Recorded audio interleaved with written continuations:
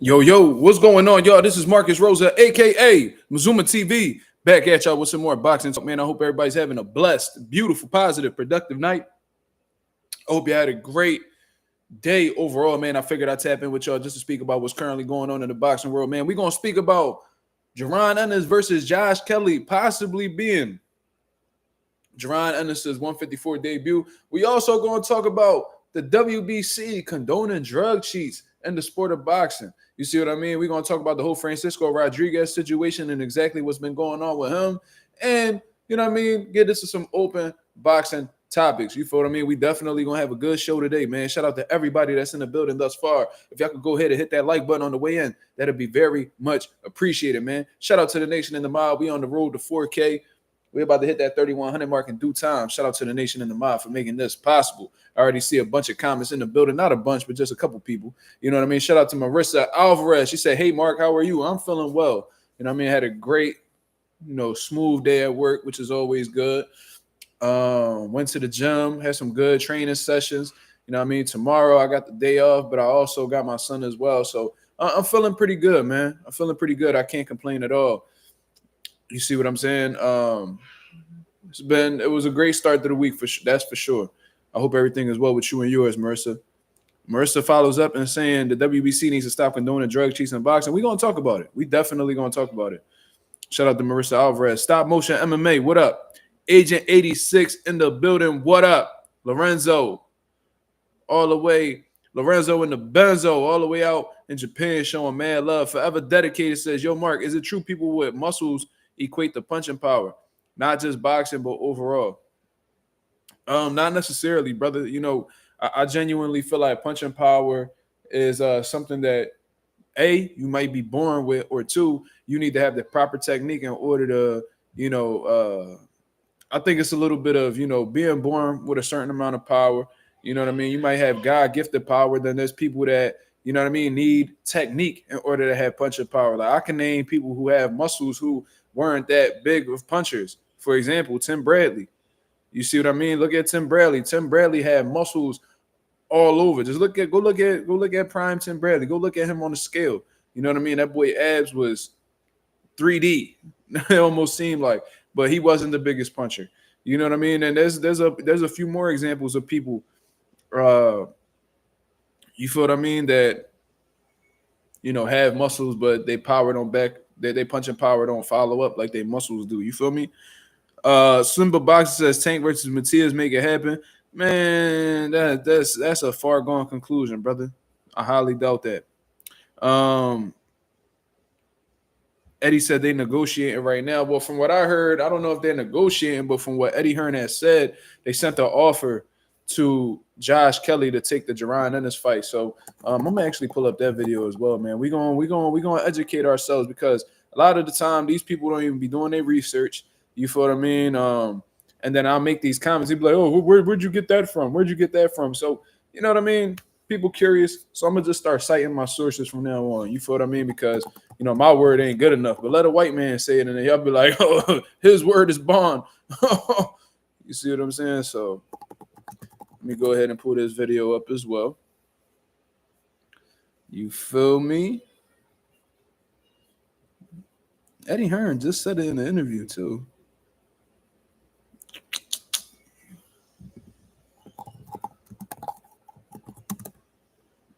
Just pull this up. I'm typing the shit and what's coming up is my channel. That's funny as shit.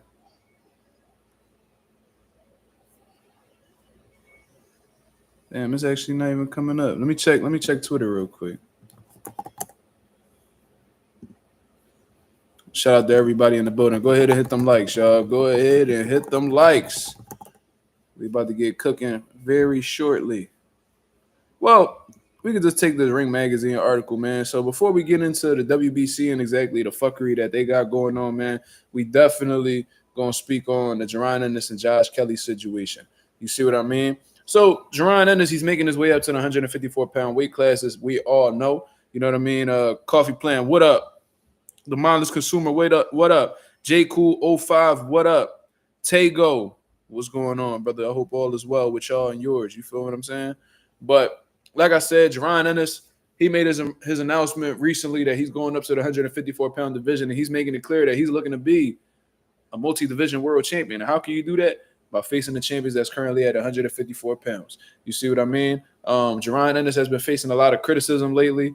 I have my reasons as to why the criticism is so heavy, but that's a different conversation. But regardless, what I'm gonna say is, Turkey Al-Sheikh has been putting it out there. He pretty much exposed what Boots won in his first fight at 154, which is what he considered a tune-up. Now there has yet to be an opponent, but Jaron Ennis is already getting bashed, for even contemplating having the idea of a tune-up when I can name multiple fighters in the past, like I've stated in previous lives, who before they went up and took on one of the killers in the division, they went and they took a tune-up, right? But you feel what I mean? Jaron Ennis is just facing the criticism.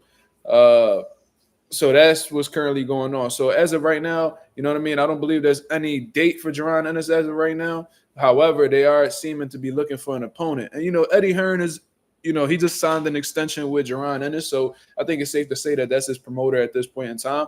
And he did an interview recently.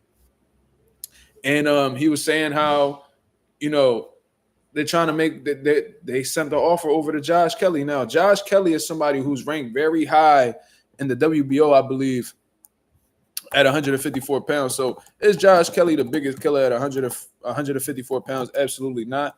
You know what I'm saying? He wasn't even the biggest killer at 147 pounds. And in all honesty, he had gotten stopped at 147 pounds against somebody that Boots had defeated previously, David Evanesian. But since then, I think it's safe to say that Josh Kelly has had a good amount of fights since then. You know what I mean? Probably had like a good between 6-7 fights at 154 pounds. And I think it's safe to say that he's acclimated 154 as of right now. And he's been on a winning streak. You see what I mean? So I guess he's ranked in the WBO from what I understand. I could go check the WBO rankings just to be sure. But he is one of the top contenders if we're talking about rankings and sanctioning bodies. You feel what I mean? So let me pull this up. Let's see. Where we at? June. Let's look at junior middleweight. Boom. Let's look at the WBO. So Josh Kelly is currently ranked. I guess he will move up a few slots, right? If Xander Zayas is a new WBO champion, Jorge Garcia Perez was defeated, I think it's safe to say that Josh Kelly might move up to number one in this situation. And with Jaron Ennis, coming up into the division, most likely he's going to be receiving a ranking as well.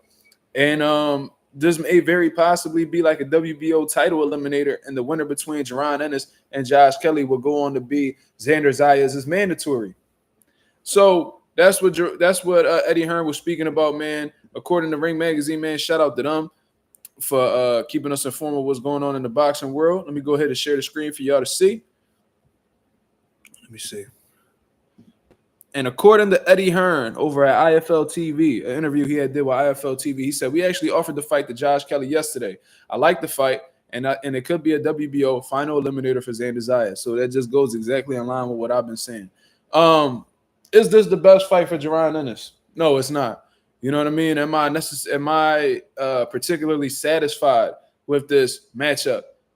I'm not. You see what I mean? But like I said, Jaron Ennis is probably just trying to get his feet wet in the division. This is the first time he's ever moved up in weight classes.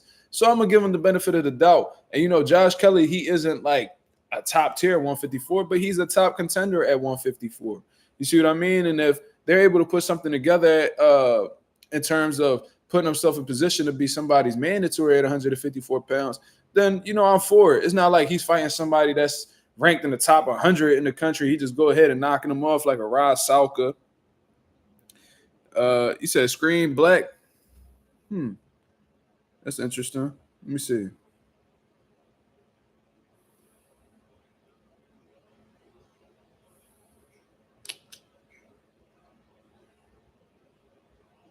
Huh?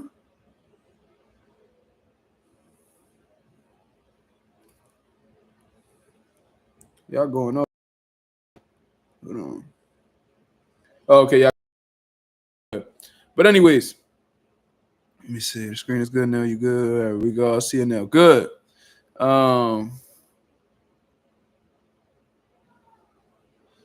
Stop Motion MMA says Virgil should be a tune-up. He is not a champion. He is just a top contender, nothing more. Well, Stop Motion, from what I understood, it seemed like Virgil Ortiz and Jaron Ennis on the same type of time, because they saying that Ortiz coming off of a hand surgery, and they talking about they want to test his hand before he goes up against an elite guy at 154. So Jaron Ennis is looking to get his feet wet in the division, see exactly what that division is hitting for. Fucking Virgil Ortiz coming off of a hand surgery. I highly doubt that he'll face Jaron Ennis coming off of a hand surgery. So, you know what I mean? It just doesn't look like the timing is right between them two dudes right now. You see what I'm saying? So, Jaron Ennis, Josh Kelly, is that the fight that we was looking for? No. Actually, there was a little bit of demand between these two to fight each other back when they was both on the come up at 147 pounds. I remember that. They was calling Josh Kelly white chocolate and shit like that because he had like the upper body movement. He had flashiness about himself. He had a little bit of swag in the ring. You feel what I mean? And they was actually talking about Josh Kelly and Jaron Ennis actually being a future fight at 147.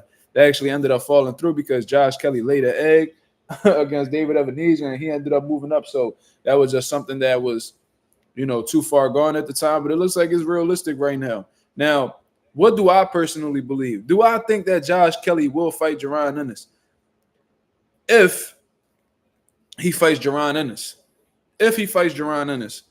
it would have to be for an amount of money that he won't be able to see anywhere else. It has to be, a bag that he cannot refuse. And I'm going to tell you why. If it's for regular money, if this is just regular money that he could get anywhere else, especially out in the UK, he's not going to fight Jaron Ennis.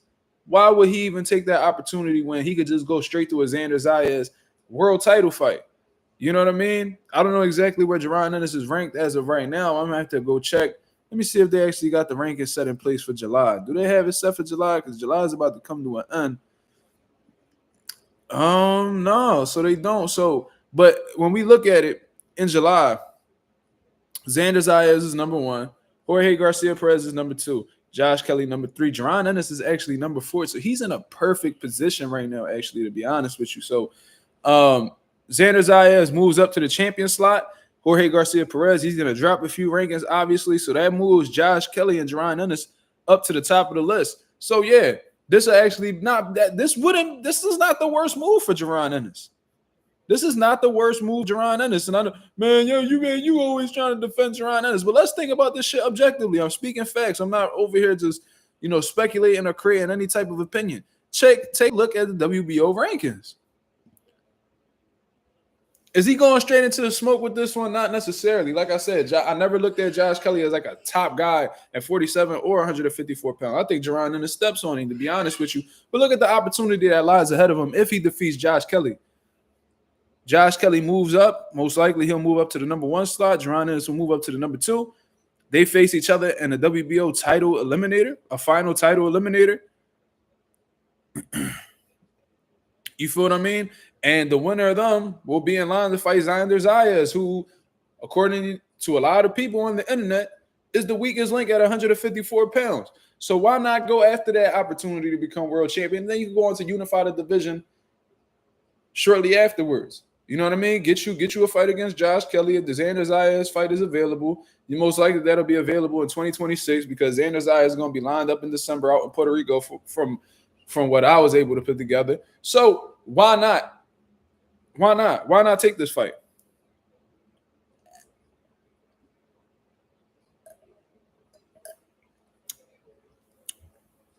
And then I said Crawford went straight to Mazuma. If I don't like that fight. First of all, Mazuma was inexperienced at a championship level. And at this point in time, Terrence Crawford is already accustomed to moving up into divisions multiple times.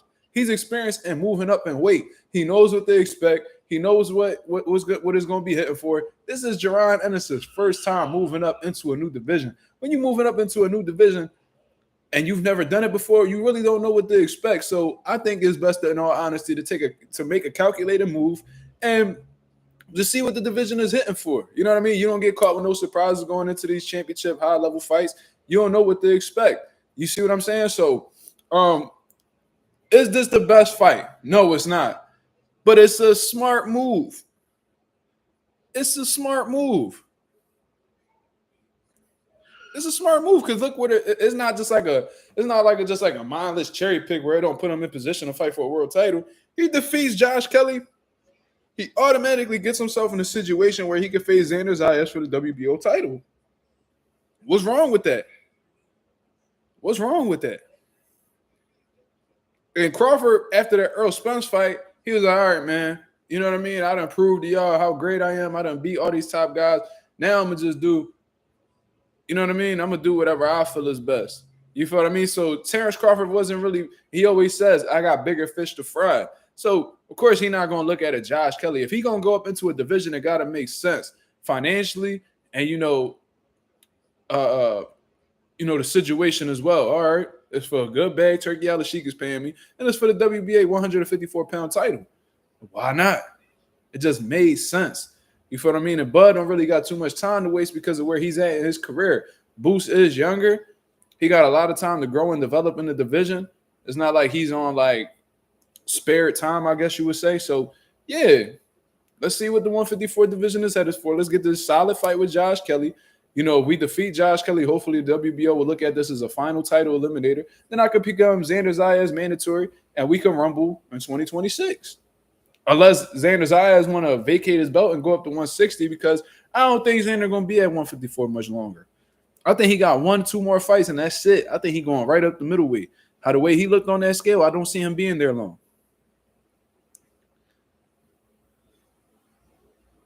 Yo, what's going on in the comments, y'all? Why y'all tripping?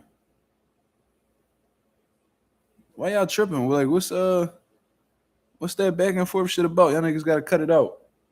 If it ain't boxing talk, y'all don't need to be having all these extra side discussions. You feel me? Stop Motion says Xander gonna drop that WBO if Boost becomes a mandatory. Hey man, that might be in his best interest because I don't see how Xander beats Jaron Ennis. To be honest with you. I like his heart. I like his determination. I like how hard he dedicates himself to boxing. You feel me? I like his work rate. I like his aggressiveness and all that. But I think Boost got the recipe for all of that. I think Boost is too athletic for Xander Zayas. I think he'll be able to counter Xander Zayas effectively. I think he's the more intelligent fighter overall. I think he got faster hands. I just think that Xander Zayas is cooked all around the board. You feel me? You think Boost tries to fight Mazuma? Where is Mazuma at this point in time, man? He coming off of a two fight losing streak from what I understand. Israel Mazuma. So like why would Boost even entertain that? I think the Josh Kelly fight will be not necessarily, Josh Kelly is not as good as Mazuma, but I think that beating Josh Kelly will put him in a better position. Because look at it this way. If he beats Mazuma, yeah, he beat a former world champion at 54. Yeah. You know what I mean? Mazumov is a credible opponent. But at the same time, he might be able to put himself in a world title position easier beating Josh Kelly in comparison to Mazumov.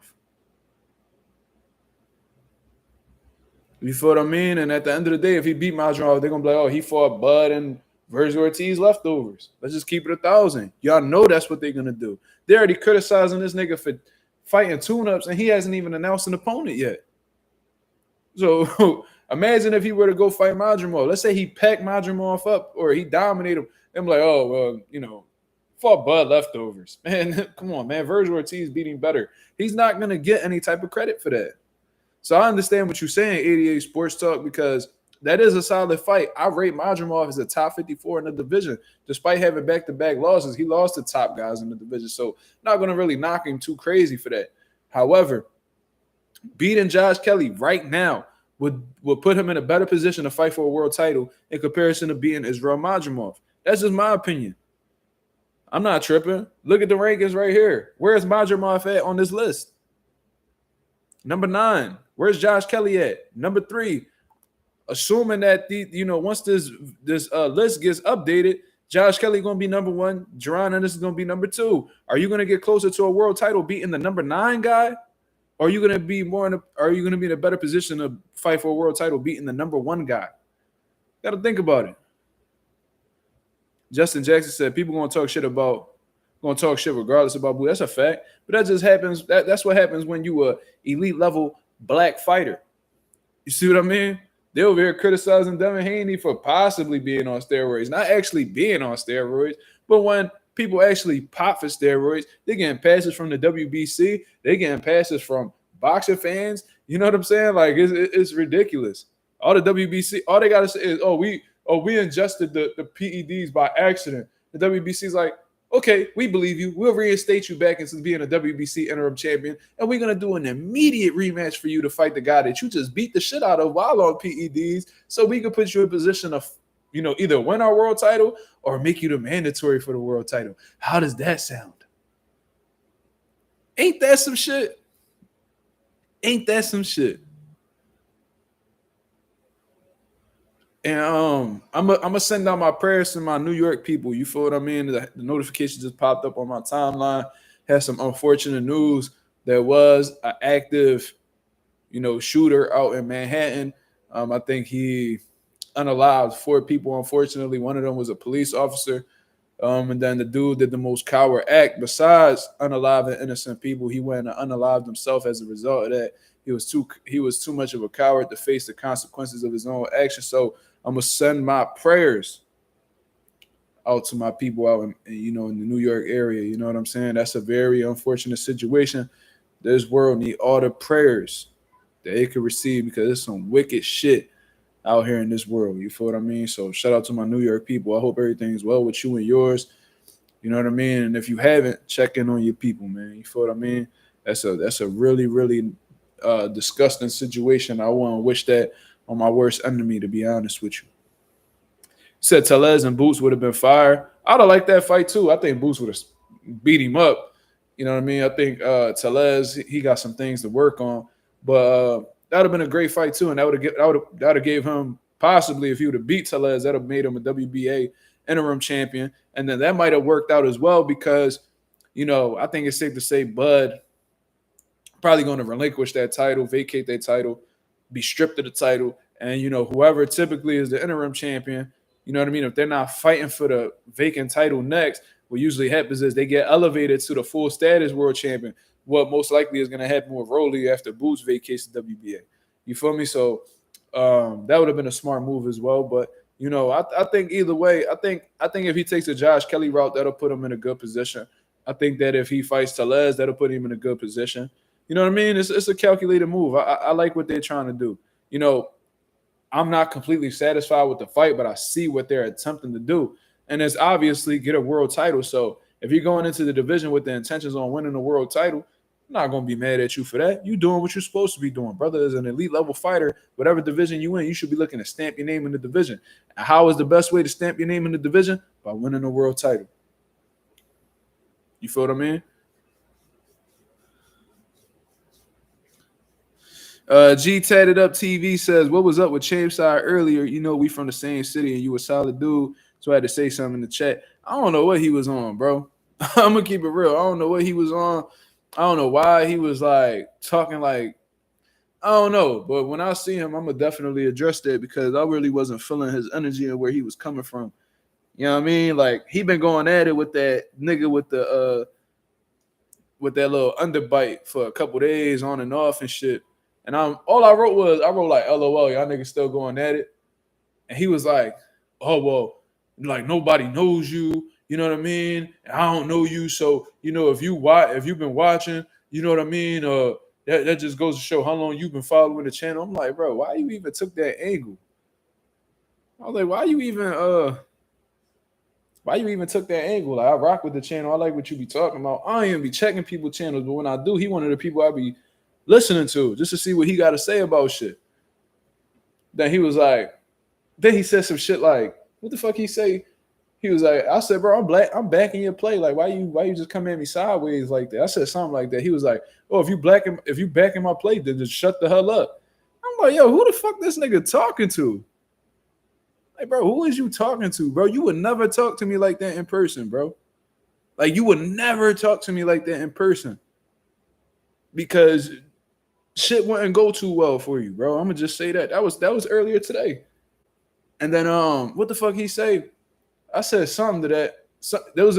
After he said nobody knew who I was, it was like 3-4 people in the chat that was like, yeah, we know who he is. So that was dumb. And then what the fuck he say? He was like, he said some shit. He was like, he said something about like, I responded. I'm like, bro, I don't even understand why he talking to me like that. He was like, oh, get over it. Get over it, man. Class is a session. Listen and learn. I'm like, bro, do you know who you talking to, nigga? Like, nigga, you all right? Like, you a good journalist. I fuck with your content. A lot of the shit that he be talking about, he be on the money about. But at the same time, it's like, bro, I did this shit and I do this shit, present and past tense, nigga. So it's like you a journalist. All you doing is running up on niggas with a camera, you know what I mean, and interviewing niggas. And somehow like you thinking that you could just talk to niggas however you want, nigga. When you come to Philadelphia for like a media for media obligations for a Jaron Ennis fight, you better believe I'm gonna be there, and I'm not gonna be on no gangster shit. I ain't gonna make you feel uncomfortable, fresh. I'm gonna ask you, yo, what was that about? Because I think that he accustomed to niggas just talking to niggas on the internet and never running into them again. I was like, what? Like, what was that? What was that for? You feel what I mean? So I ain't gonna lie, that shit kind of got me hot, bro. I'm like, this nigga, like, he know who he talking to. Because you saying that type of shit in person, shit will go left, nigga. I'm like, bro, shit like in real life, bro. Fuck the internet, all that shit. On my son life, bro. If any man was to ever talk to me like that, shit not gonna go well. Something gonna happen. Now, what happens, that's up for discussion. But like, I'm like, bro, this nigga, who is this nigga? Then I had one homie DM me, and he was like, yo, bro, I saw that. What was that about? I'm like, bro, I don't know. I really don't know. Maybe the nigga just felt like I was a regular internet nigga. You feel me? And like just wanted to pop his shit. I don't know. The nigga was in his zone. I don't know what he was on, but that shit was super weird, cuz. No, his minds ain't banned me, bro. I didn't say nothing crazy. I didn't even say nothing crazy. That was the crazy part. It wasn't like I was on there like, oh, shut the fuck up, nigga. You a bitch. No. All I said was, oh shit, y'all niggas at it again. He was like, what you mean? Like, we had it again? Don't nobody know who you are. Like, I don't know. Like, that shit was so unwarranted, dog. He was like, don't nobody know who you are, you know? And if you know we've been going at it this long, it just goes to show how long you've been watching. Some shit like that. I'm like, what? I was like, what? What the fuck was that for? I'm like, bro, why you took that angle? I fuck with your channel, bro. Like, what? Oh, if you back in my play, then shut the hell up. Nigga, what? What, nigga? Bro, I wanted to jump on my motherfucking skin when he said that shit, nigga, because in real life, I'd have fucking iced you, nigga. You crazy? Like, somebody tell, bro, on my son, bro. I'm not even going to say I ice him. That's going a little bit too far. But it's like, come on, bro. You know in person that shit not flying. Not with no grown-ass man. I'm a grown-ass man, nigga. You crazy as shit. Huh? I was so confused. I just remember being so confused. Like, bro, did he, like, the way you came at me sideways, it was almost like you knew who I was. Yeah, it was like you knew who I was, bro. Like, you had to know who I was to pop off on me like that. It was like you was almost waiting for me in a sense. Like, what the fuck? You supposed to be cooking this nigga. I'm laughing about it in the comments because you was roasting him. I catch it straight. That's crazy. I'm like, all right, cool. Then I'm hearing niggas talking about he a Boots hater now and all that shit, bro. I don't care. He could like and dislike whoever he want. He a grown ass man. And I ain't about to be one of them niggas. Oh, man, you hate Boots, man. Fuck you. No, I rock with Boots, and if niggas don't want to rock with Boots, that's their prerogative. You feel me? Because there's niggas that people are fans of that I'm not fans of, and I don't go out of my way to disrespect them. You feel what I mean? That's that dirty beanie southpaw behavior. We don't get into that. You feel me? But like, yeah, bro, whenever, if he comes to like a media scrum or whatever in Philadelphia, because Boo's gonna end up fighting at the Wells Fargo again, especially since he re-signed with Eddie Hearn. So I'm thinking like, all right, this nigga come to like a media event that happens to involve Boots or whatever, because he be traveling for work from what I be seeing. I've been watching his content for a while. He got a great channel. I'm not gonna lie, he got a great channel. If I say he didn't, I'd be lying. I'm gonna ask him about that. Like, yo, what was that about? And you gotta answer. Like, if I'm approaching you as a man and I'm asking you this question, you gotta answer that. And most likely he gonna act like he don't know who I am and shit. That sound good. You know what I mean? But like, apologies gotta be had, or niggas gotta be having some conversation or something, cause that type shit, bro. Especially if I know you be around, bro. There's no way I'ma just let you get up, like talk crazy to me on your platform, and then think I'm not gonna run into you and ask you about that. I don't give a fuck who you is. We definitely gonna have that conversation, whether it's on the phone, in person, whatever. So I can't wait for that. And this ain't me. This ain't about to be a time where we just disrespecting Champ side. We not gonna do that. You feel what I mean? I just felt like he was talking a little bit out his skin. Like, what was that? Like, you was just in your feelings. You was in the zone. You was hyped up. Like, what was that? Was it the adrenaline you had? I don't know. You was on some extra shit, nigga. You feel me?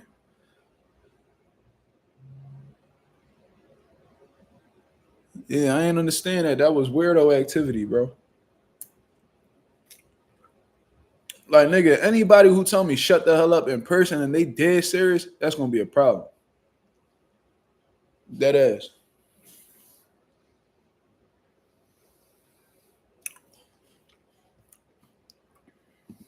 Yeah, like I ain't about to be on here, you know what I mean, going in on the nigga and shit like that. But that was definitely a weird moment. I wasn't even gonna talk about it, but G tatted up. He a cool nigga, so I ain't about to just ignore his question. You feel me?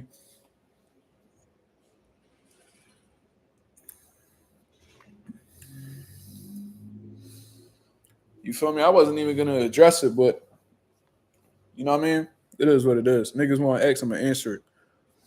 This nigga Mastermind 96 in the building. Mastermind, send me your contact information, man. I be wanting to call and check in on you, and you don't fuck with me, dog. What's up, man? You be going ghost, and then you gonna be talking to niggas, and then you gonna pop up out of nowhere. You talking about excellent commentary. I haven't even said nothing about boxing yet. Come on, man. Yeah, he don't fuck with the young. He said send the link. I can't send the link right now because I'm streaming through my laptop. I can't have nobody on. When you stream directly through YouTube and you going live through the laptop, it don't let me add other people. I don't know why. Yeah, Mastermind come by whenever he got a drink or whatever.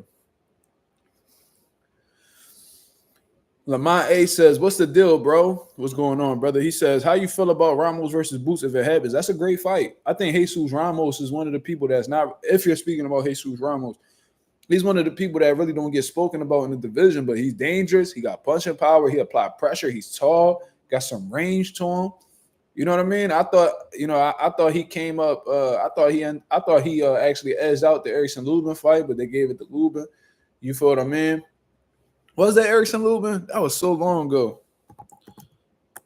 He took a fight at middleweight and he defeated Jason Rosario, just like 80 other people did at this point. So it's all about going back to the drawing board and getting some wins under your belt. You feel me? So, and he just fought.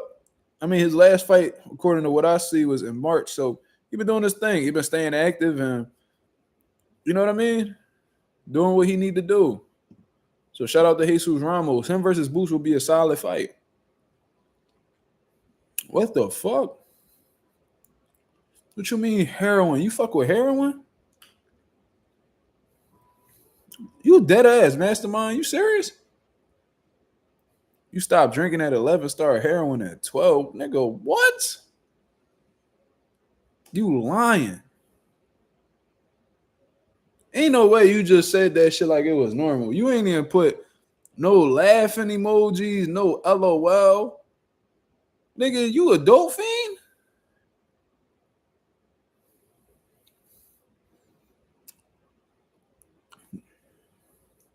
Ain't no way you serious, brother. You fuck with heroin? No, fuck all that. You gotta answer this. Where's Skrilla at? Nigga on that dog food, he tripping. He went real quiet after he said that shit. Imagine that being your last words on the channel. Yo, Mastermind, you gotta explain yourself, brother. You serious or you joking? You gotta, nah, that ain't cool. We don't do that.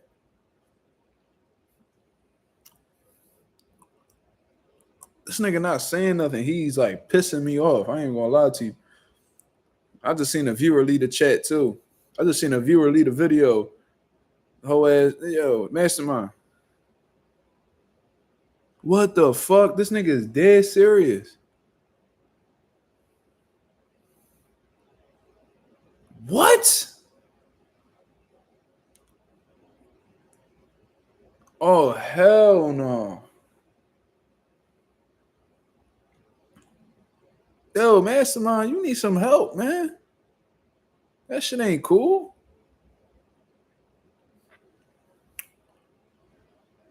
Damn, dog. You kind of fucked my mood up with that.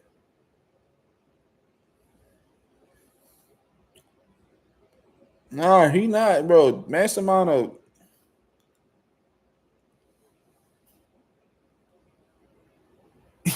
this nigga dead ass, bro.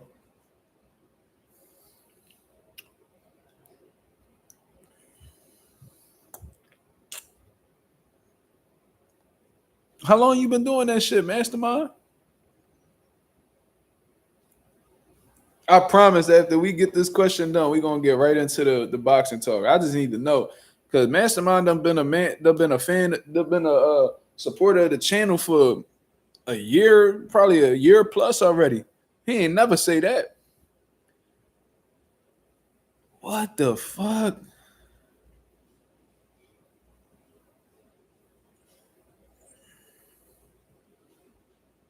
Damn, that nigga sound defeated. He said it's out of my control at this point. What? How long you been doing that shit, Mastermind? How the fuck did they even? You know, I always wanted to ask somebody this. I just never knew nobody personally that did that. How did you get to that point?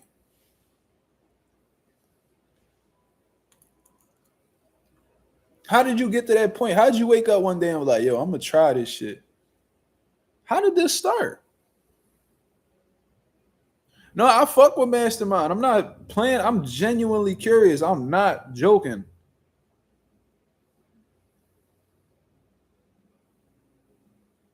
What the fuck? 12?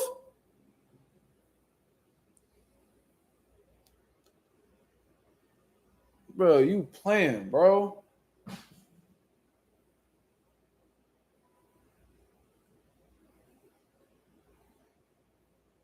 12?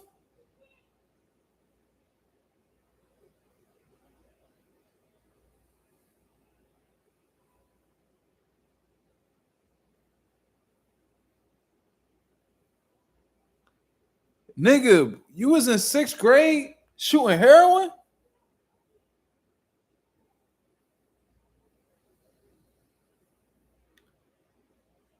12?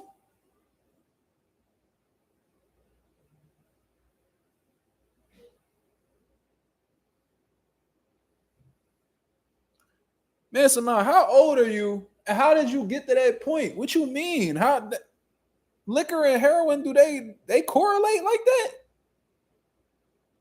Because the alcoholics, I know they usually just stick to alcohol.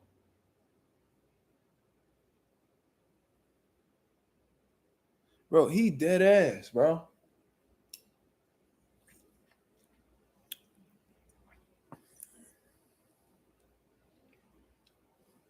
What the fuck? Bro, I'm sorry, chat. I just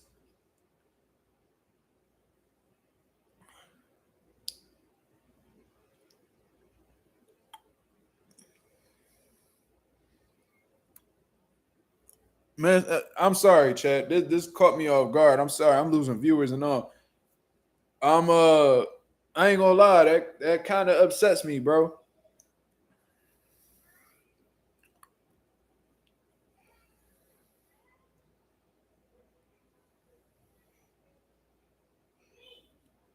I fuck with Mastermind. He a good brother, man. He actually know his boxing. You can tell you passionate about the sport. Damn, bro, you dropped the bomb. You dropped the bomb on me, nigga. You really dropped the bomb on me with that. That's upsetting to hear, brother. I don't know, man. It threw me off. All right, man. I'm gonna try to get past this shit. As long as he's not abusing it, nigga. He been doing it since he was 12. The fuck, nigga, gotta be like my pop age. Mastermind.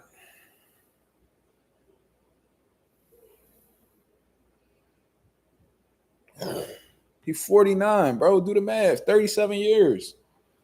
Nigga, I'm 27. What the fuck? Man. No wonder why you be disappearing and shit. Fuck. Anyways, bro, I'm gonna try to get past this, man. Keep y'all prayers up for Mastermind, bro. That's a very sad situation. But anyways, let's talk about what's currently going on in the boxing world, man, because a lot of people are like, man, you ain't talking about boxing. So let's get into the boxing talk. You feel what I'm saying? Let's talk about what's going on with Francisco Rodriguez, because I ain't gonna lie to you, this also caught me off guard. Now, for those of y'all who are familiar with Francisco Rodriguez, man, this is a fighter who just beat the shit out of somebody most recently. His name was Gafai. What was his name? His name, he got a weird name. I'm sorry. Galal Yafai. Galal Yafai. He had a sensational performance against Yafai. You know what I mean? Threw a shit ton of punches, brutalized the dude. And it was one of those fights that when you take that type of damage, you usually don't bounce back from.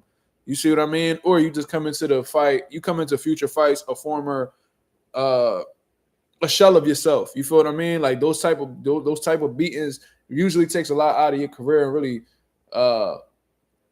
put you on the decline. Now, shortly afterwards, it came out that Francisco Rodriguez had tested positive for a banned substance. So you already know how I feel about PED users and how I feel like PED usage contributes to the dysfunction of boxing. As a result of that, you know what I mean? I have a zero tolerance policy for PED users. That's why I don't put them on my pound for pound list. That's why they will never be considered a favorite fighter of mine. You know what I mean? And I keep my energy consistent with each and every drug user that has been caught in this current era of boxing. You see what I mean?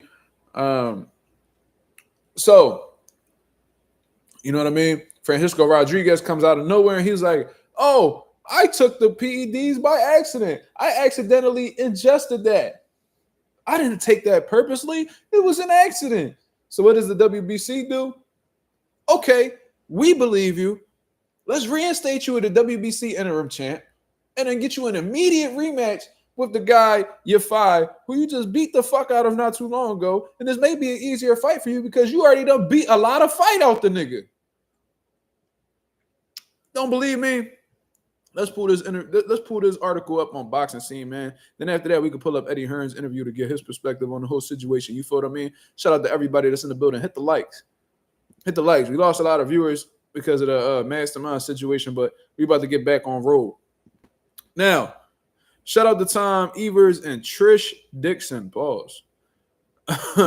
But they come out with the article. It says the drug test Francisco Rodriguez failed for his June fight with Galal Yafai wasn't his first. He also failed a drug test for the bout he had before facing Yafai.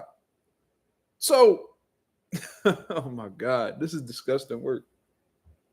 So, Eddie Hearn said that he was scrolling through Francisco Rodriguez's box rec. Sadly, he added. And he noticed that he had a no contest prior to the Galal Yafai fight. Now, He wanted to see exactly why there was a no contest on this fight, because usually when you see a no contest, it's not a good thing. You know what I mean? It could be a clash of heads, whatever it could have been a headbutt.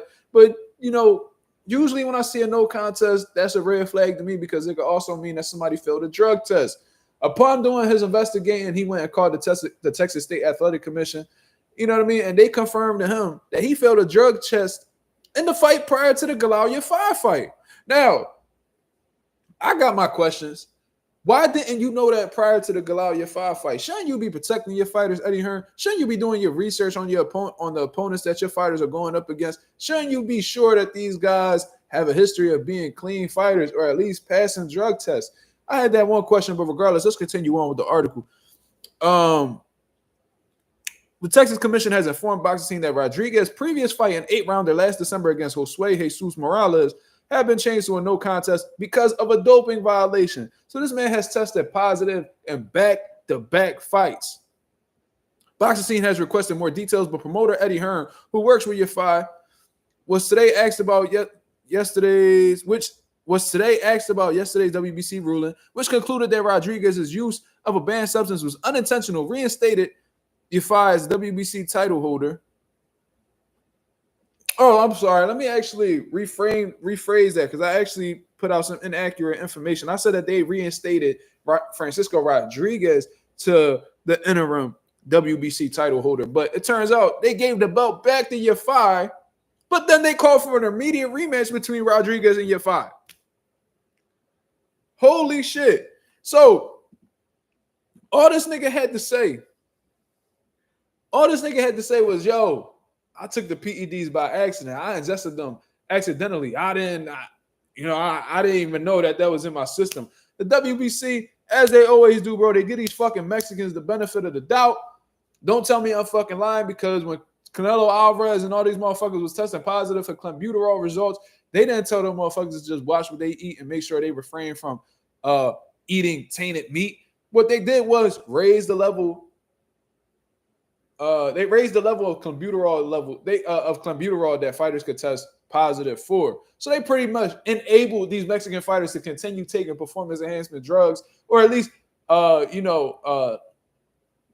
give them a little bit more room to have clenbuterol in their body. That's basically what they did. I remember when they did Franchon Cruz DAZN dirty, when that fucking strong ass dyke bitch went up against Franchon, looking like a motherfucking man. The bitch walked in the ring looking like the great Khali, beat the shit out of Franchon. You know what I mean? Had her motherfucking weave hanging off her head and shit like that. Whole time, Franchon was basically fighting a man that was pumped to the fucking gills with testosterone. What did they do? Nothing. Nothing at all. Nothing at all. Do I need to go back to that situation? Or should I just leave that alone and just let you know that the WBC has historically been condoning of drug use, especially when they're Mexican fighters? But anyways, let's continue on. Oh my God. So I feel so bad for. I wish I could interview UFI. I wish I could interview him. If there's anybody that knows anybody from his team, Mazuma TV would love to interview him just to get his thoughts on the whole situation, man. You know what I'm saying? Because I got I'm gonna say like a soft spot for fighters who get done dirty by the politics of boxing.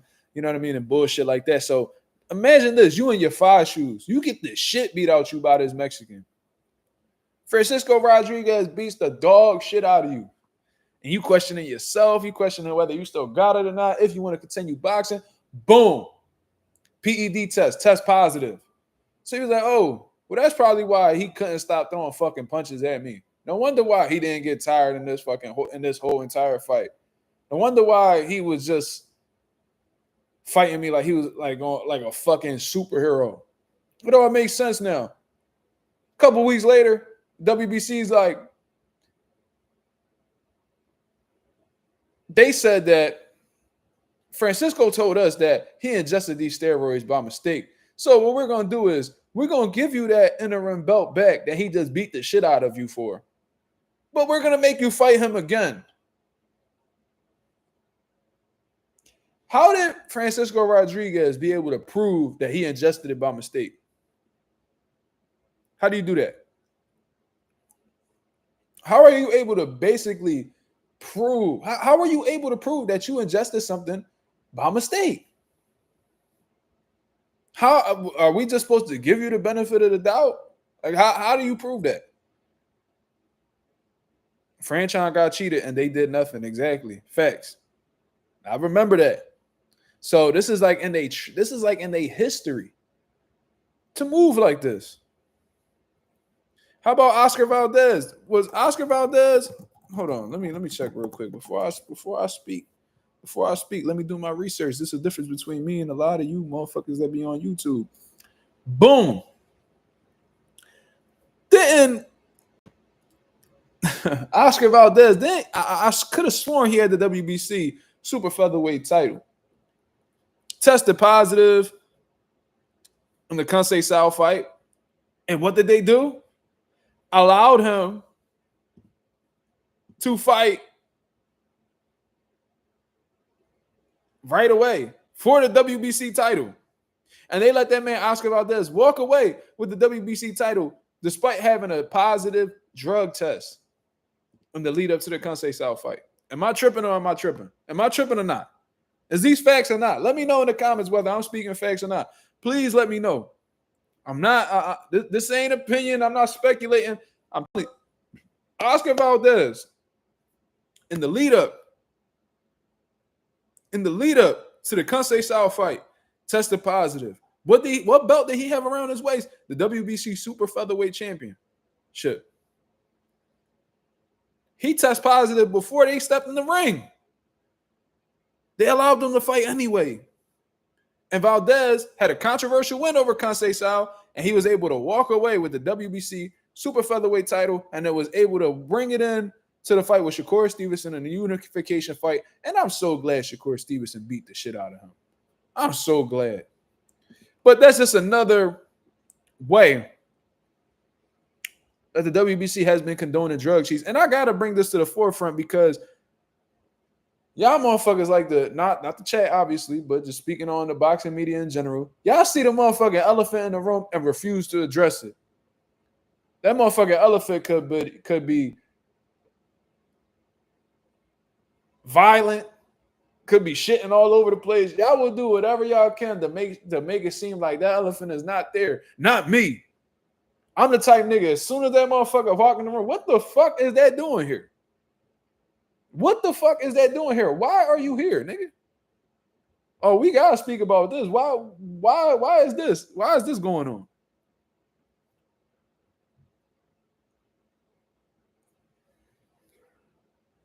Stop Motion said he did an interview crying saying I'm not a cheater. Well, we don't know that. We don't know that. And considering that your whole team have tested positive for PEDs before and after you tested positive, it's hard for us to believe that you wasn't on no shit. If you come from if you got a circle of friends that they all in the street selling dog food, and cops pull you over and they find dog food in your car, your friends done got arrested before with dog food on them. Your friends done got arrested for dog food after you got arrested. But you want us to believe that you don't sell drugs or you don't sell dog food. Bro, you are the company that you keep, nigga. So it sound good, but I said all of that to say the WBC done been condoning drug cheats for a hot ass minute. And I would fucking love somebody that represents the WBC to say otherwise, because we got the proof right in front of us. Let's continue on with this article. We're going to keep cooking Francisco Rodriguez, dumbass. Even though I'm kind of critical of Eddie Hearn, like, why didn't you do your research prior to the first fight? But anyways, he goes on. He said, boxing scene has requested more details, but promoter Eddie Hearn, who works with UFI, was today asked about yesterday's WBC ruling, which concluded that Rodriguez's use of a banned substance was unintentional, reinstated UFI as the WBC title holder, and called for an immediate rematch between UFI and Rodriguez. In their first meeting, Rodriguez battered UFI en route to a wide unanimous decision win. Now, this is an Eddie Hearn quote right here. He says, to make it even worse, I found out last night that he also failed a drug test in his last fight. and it was ruled a no contest as well.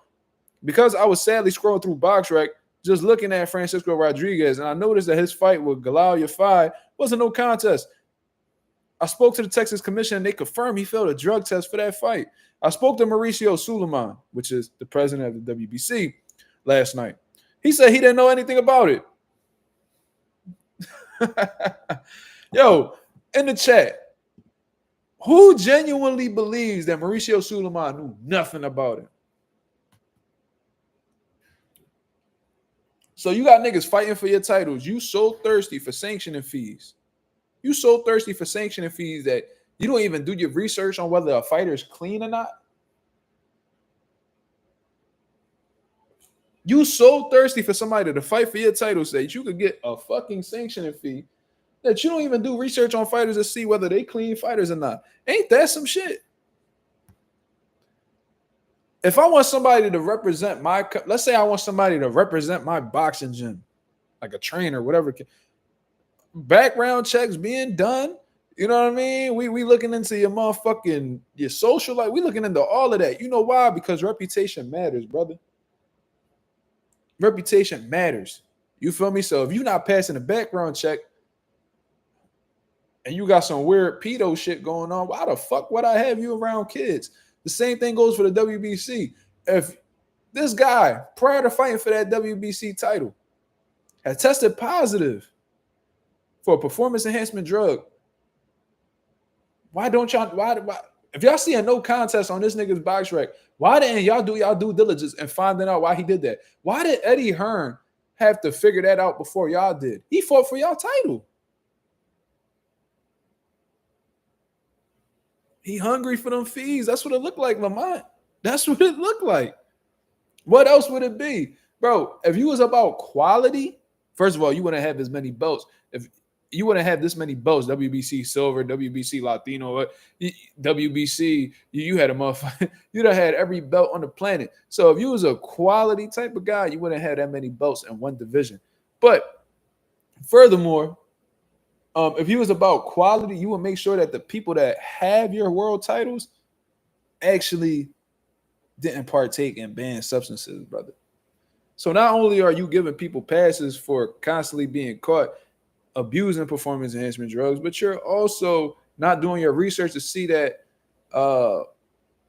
guys that's fighting for your title have previously tested positive. So you mean to tell me that this guy had a no contest on his record for PED use, and he automatically jumps into a world title fight with Galal Yafai? That's how we giving it up. Me personally, if I'm the president of the fucking WBC, one of the most historic, popular belts in the world of boxing, I would do my research on a fighter before I give them an opportunity at my belt. Why? Because this belt represents greatness. Muhammad Ali held these belts. Held this belt, you know what I mean? Every great fighter, Floyd Mayweather, you know what I mean? Roy Jones, everybody, and all these historically great fighters have held this title. So you want to hold that standard. You want to hold that high standard for this belt. Not anybody could just touch this belt. And if you are able to get this belt, it's because you deserve it. But a motherfucker fails a PED test prior to the fight. You do zero research, allegedly, and then you just get this man a world title. It says a lot about you. It goes to show that you ignorant, for one, you greedy, for two, and you don't have any type of morals and integrity in the sport of boxing.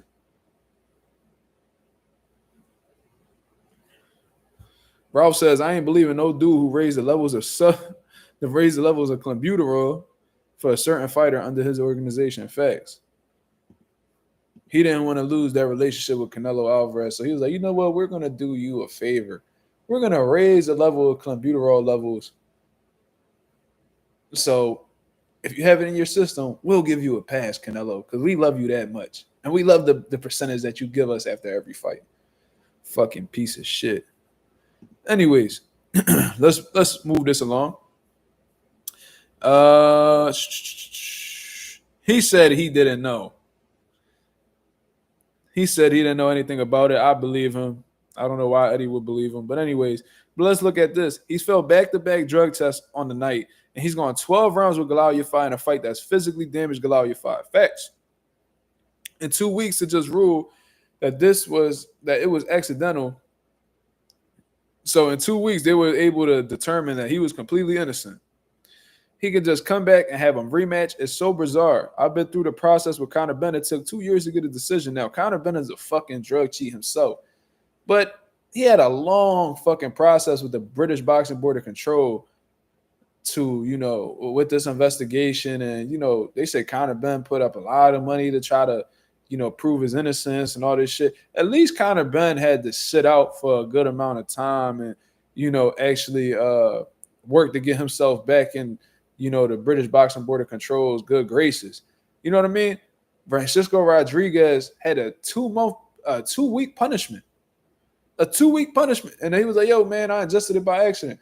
WBC's like, okay, that's all you had to say. We believe you, man. Let's go ahead and reinstate you. Let's give you an immediate rematch with Galal Yafai so you could win that title again. Viva Mexico. Wow.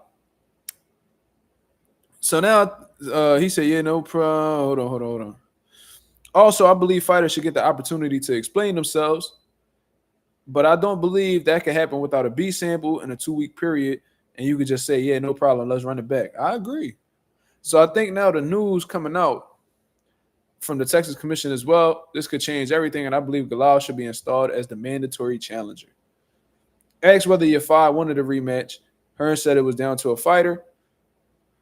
Hey, man. If I'm Galal Yafai, I'm not giving that motherfucker no opportunity. You know what I'm doing? I'm suing that nigga. Because he done showed on multiple occasions that he's partaked in performance enhancement drugs. You destroyed my career. You destroyed emotional damages. Bro, I would sue the shit out of Francisco Rodriguez. I'm telling you right now, if I'm Galal Yafai manager, oh yeah, we taking this motherfucker to court. That whatever purse he got paid for that fight, I don't give a fuck how much he got paid. You got to hand that shit over. You got to hand that shit over, bro. This disgusting. This shit is disgusting. Shout out to Teach in the building, man. Absolutely disgusting. So the WBC, look, man, James Toney done told y'all, I don't know how long ago, the WBC stands for We Be Corrupt. They show it each and every time, man. Mauricio Suleiman should be ashamed of himself. Absolutely ashamed of himself. YouTube ain't blocking your comments, brother. I see you, Teach. I see you, brother. But he should be absolutely ashamed of himself, man. He ain't got no type of fucking principle. He don't stand on no principles, no morals whatsoever. He just give a fuck about whatever make his pocket fat. He could give a fuck about the dysfunction of boxing at the end of the day. So as far as I'm concerned, this dude is a fucking parasite. He's an absolute parasite, and I don't give a fuck about anybody who watching who may work with the WBC, whatever the case is. You know what I mean? Yeah, they got their place in boxing, but they also are parasites to the sport of boxing. Y'all parasitic.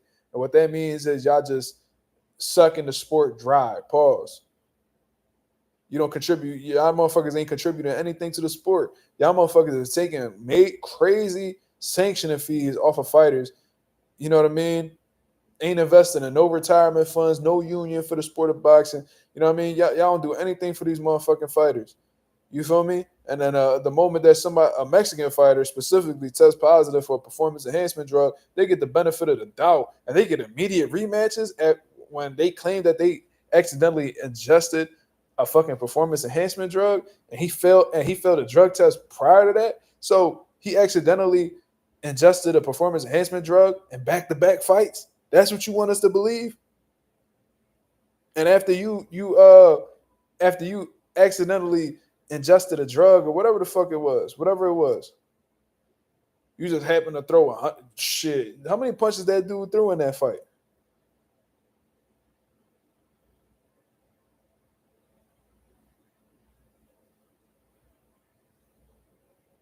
Agent 86 says, shame of himself. That man loved to make his fellow Mexicans cheat so they can win the title. He's definitely condoning cheating, dog. He's definitely condoning cheating. And it's sad that you that fucking corrupt where you don't even take the time to sympathize with fighters who fall victim to these fucking drug cheats, bro. Disgusting behavior, bro. Absolutely disgusting behavior. And I remember what the WBC did too with Devin Haney. You know, after he fell victim to a drug cheat, they was trying to force him into a fight right away. when I'm sure he was going through all types of trauma. You know what I mean? Probably suffering some type of PTSD. They trying to force him into a Sandor Martin fight. He like, bro, can I just like take some time to, you know, understand this situation and what happened to me, bro? That was a traumatizing event. Try to force him straight into a mandatory fight with Sandor Martin. You know what I mean? He wasn't ready from a mental aspect. They let Jamal Charlo get all the mental rest he needed at the middleweight division when he had that WBC title, right? Y'all see that shit? Jamal Charlo went out, had a whole mental health crisis, drinking and partying and crying and dealing with a bitter baby mom or whatever the case is. They give that man all the time in the world to recuperate. That man was an inactive champion for years. And they let him keep the title. Devin Haney, he went through a traumatizing situation that they really understood what he was going through. They'd be like, man, take all the time you need. You feel what I mean? We'll be here supportive of you, waiting for your decision. Nope. Oh, we mandating you to fight Sandor Martin. You got this much time to secure the date. Devin Haney going through it. So what they do, make him a champion in recess.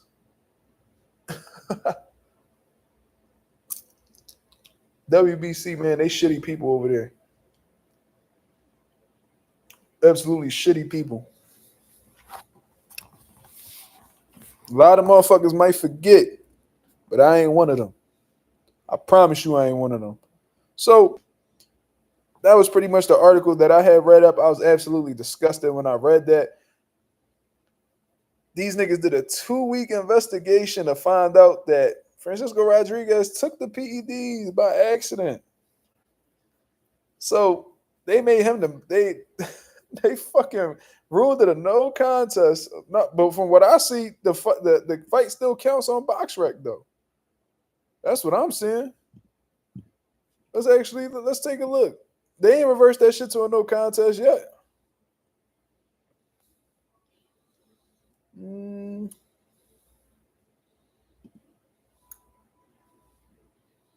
Where this shit at?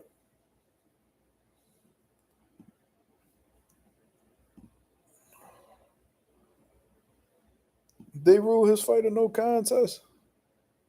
It's not coming up.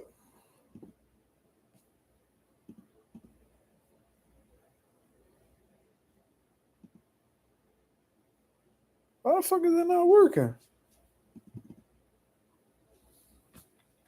Wow.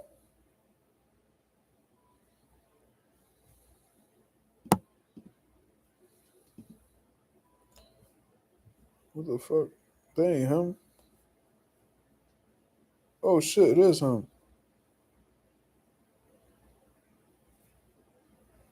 Yeah, they still got him with a win over Galal.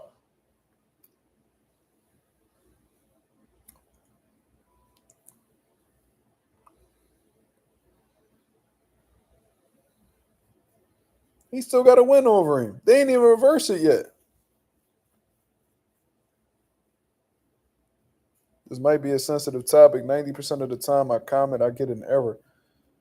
I don't know, brother. I had no idea. I'm seeing your comments though, so you definitely ain't blocked. There might be just an issue on your side or something, Teach. I don't know. You know we fuck with you, bro. We want to do nothing crazy to you. Ray Davis, what up? How you take PEDs by accident? I don't know, because as grown ass adults, we should know what the fuck we putting in our body. And if there's something that you have to question, bro, you could reach out to anti-doping agencies and ask like, yo, is this prohibited? Can I, bro, like, what's wrong with doing your research? If you genuinely innocent and you know you're not taking PEDs, there's nothing wrong with doing your research. You can have some supplements. I mean, shoot the supplements over to them. Yo, are these okay to take? Yes, you can take them. No, you can't take them. And then you can just move accordingly from there. What these motherfuckers are doing, they're trying to be sneaky. They're trying to be sneaky and see what they can get away with. They want to know how good these fucking VADA tests are. For real, for real. And they finding out. Shout out to VADA. They finding out how good them tests are. So now, you know what I mean? They got these built-in excuses. Oh, it was the tainted meat. Oh, it was a herbal tea. Oh, it was I ingested it by accident. Oh, when he's had back-to-back fights testing positive for it. But he wants you to believe that he took it by accident. Oh, okay, so you took it by accident twice. As far as I'm concerned, one time could be an accident, second time is a choice. Right? Ain't that what they say? If you do it one time, it could be a mistake. But if you do it multiple times, it's a choice. So stop it with the bullshit, man. Cut the fucking bullshit. Don't nobody believe that shit that Francisco Rodriguez talk about. You know what I mean? The WBC don't believe him either, but guess what? They gonna give him the benefit of the doubt because they back their people, man.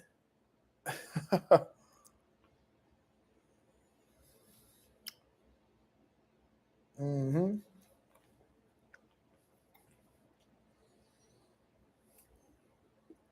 Y'all can sell that shit to anybody else. Y'all niggas ain't.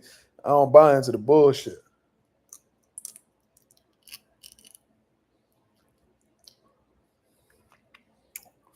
'88 Sports Talk said Ryan was making excuses for losing to Rolly. Unbelievable. Are we surprised? Whenever he have any type of bad situation going on in his career, he has excuses for it. Well, he quit against Javante Davis. Oh, I had a rib injury. Oh, I was dehydrated. Oh, the rehydration clause. Motherfucker was eating tacos the day like the week of the win. The week of the fight, this nigga eating tacos and shit. But he wanted you to believe he was struggling with a weight cut. Okay. He tested positive against Devin Haney in the fight. Oh, it was ashwagandha. Oh, it was tainted supplements. Oh, all this bullshit. Every excuse in the book. Get his ass whooped by Rolly. Oh man, that ain't nobody even watched the fight anyway. Oh man, I just didn't like the setting. It was a terrible crowd. I had a hand injury. I had a horrible training camp. Oh, no excuses though. Nigga make all the excuses in the world and be like, but no excuses though. Like nigga, shut up. Shut up. Cut it the fuck out. All you do is make excuses. You and accountability never see eye to eye. Never. Never see eye to eye, bro.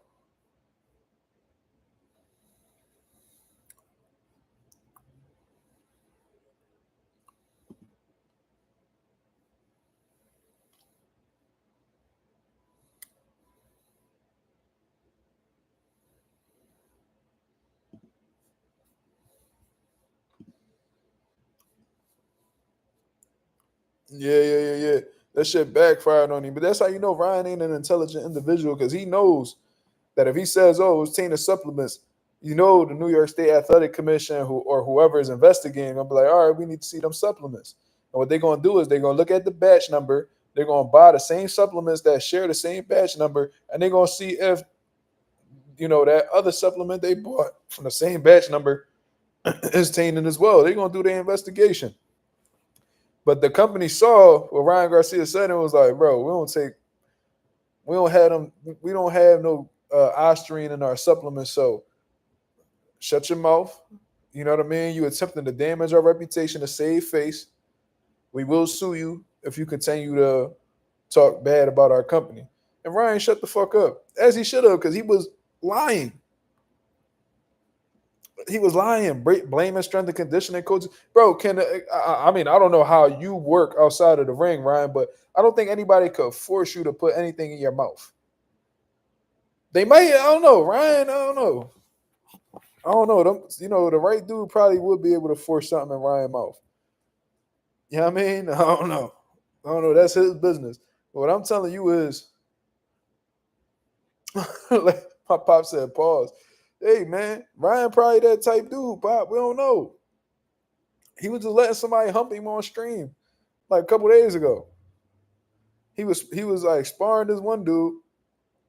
He turned his back to the dude. The dude started dry humping him in the ring in front of a gym full of men. So who's to say he never put nothing in his mouth? He wouldn't let a man put something in his mouth. I don't know. He definitely a pato. Nigga, a little mariconcito for sure. But Ryan is a habitual liar, man. He's a compulsive liar. You feel what I'm saying? So, um, of course he's gonna have excuses. That's all he do. But to go back to the WBC situation, they corrupt as fuck, bro. You know, they be condoning PED users in the sport of boxing. Mauricio Suleiman should be ashamed of himself. He ain't got no type of morals, no integrity whatsoever. He don't move like a real man. He's extremely corrupt. James Tony been telling y'all since the 90s, since the 90s, the early 2000s. WBC stands for We Be Crooks, and that is probably one of the most realest statements that has been put out towards the WBC, and it has aged very well since then. You know what I mean? Because all they doing is showing you that they full of shit. All they doing is showing you that they full of shit. So, you know, I feel extremely bad for Galal Five, man. To be honest with you, I hope he doesn't take that rematch with Francisco Rodriguez. Why would if you tested positive for PEDs in back-to-back fights, what gives me the reassurance that you won't have that in your system in the rematch? Why is the WBC persistent on giving a drug cheat another opportunity? Why did it only take y'all 2 weeks to come to a conclusion that he ingested something accidentally? How was he able to prove his innocence? How? Is there a video of something accidentally falling into his mouth and going down his throat? Pause. Like how are you able to successfully prove that you took something by accident? There's no way you could prove that. Lamont says Miguel Cotto fought Margarito years later, right? See, this is what people got misunderstood. Margarito didn't get caught in any type of cheating allegations in the Miguel Cotto fight. That wasn't revealed until the Shane Mosley fight. So we don't really know whether Margarito cheated against Miguel Cotto. I think a lot of people made that assumption after the Shane Mosley fight. You feel what I mean? So, you know, Miguel Cotto could say whatever he wants. Boxing fans can make an assumption, but there's no concrete evidence stating that Antonio Margarito cheated in the Miguel Cotto fight. Totally different situation. You know, manipulating your hand wraps, that's cheating just like PED usage is, and you should be severely punished as a result of that. But in the Miguel Cotto fight, he was never caught by anything suspicious in his wraps.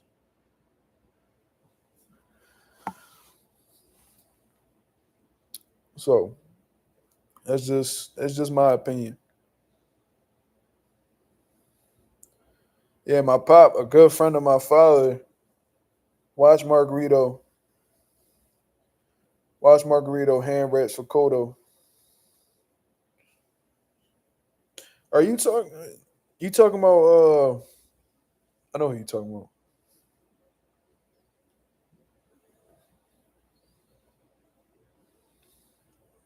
I know who you talking about, Pop. I don't want to say his name. I know who you talking about though.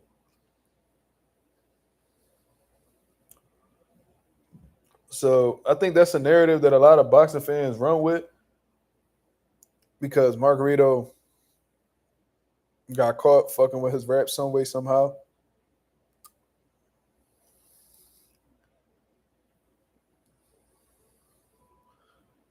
Yeah, we actually know somebody personally that was there watching Antonio Margarito hands get wrapped. And he was a part of Miguel Cotto team at the time. Nobody suspected any foul play on the team, so that's another thing. Like if motherfuckers like Hamza Shiraz, you know, got got illegal hand wraps on and shit like that, that's your team fault for letting that shit fly. If that shit's not in accordance with the rules from the athletic commission that you fighting out of,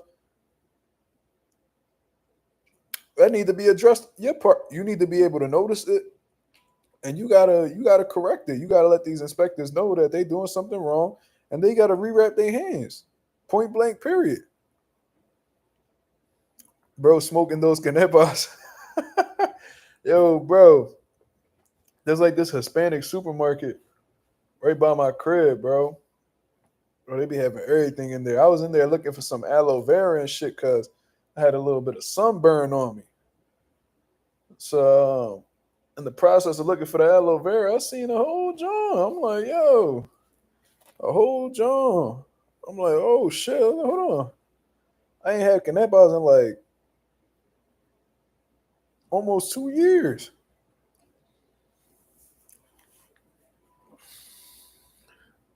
Do you think Galal takes the rematch? He might. You know what I mean? He might come into the fight feeling more confident. You know what I mean? Feeling like, oh, he needed PEDs to beat me. He ain't gonna beat me this time. You know what I mean? That might boost his confidence from like a psychological. Well, it could also damage him psychologically. It all depends on his mind frame because he could look at it one way where it's like, oh, he needed PEDs to beat me. Now I'm gonna beat his ass now that he not gonna be on it. So that could give him some motivation, but it could also discourage him. Like maybe he don't want to fight no more. You know what I mean? It'd be like little shit like that. You know what I mean? Probably done, or he might come into the fight and be a shell of himself because of that beating that he took for 12 rounds. But if I'm Galal, I'm not giving him no rematch, bro. I'm gonna give it, bro. He's a habitual cheater, bro. He shows that he'll do anything to win a fight, even if that means you using PEDs to ruin your life. And those smaller weight classes, I don't know if they could afford 365 testing. You know what I'm saying? So I don't know.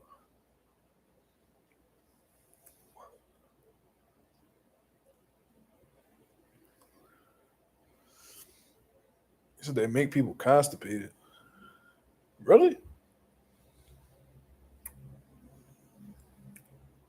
I ain't never heard that.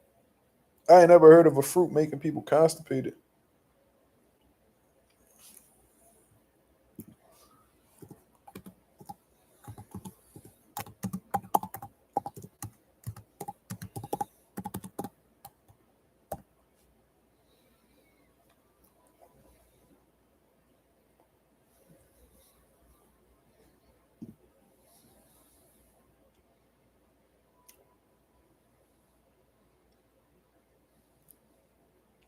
Stop Motion MMA says, what do you think about boxing YouTube channels that say everybody's on steroids and we shouldn't care? Well, them type of channels you shouldn't be listening to, brother, because they spread an ignorance.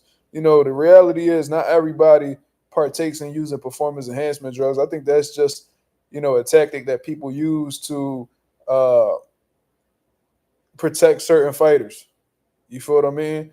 Um, I think that's a tactic they use to uh, yeah, to protect certain fighters. You feel what I mean? Like if their whole end goal is to, protect the fighter, even though they're a drug cheat, what they'll do is minimize the whole.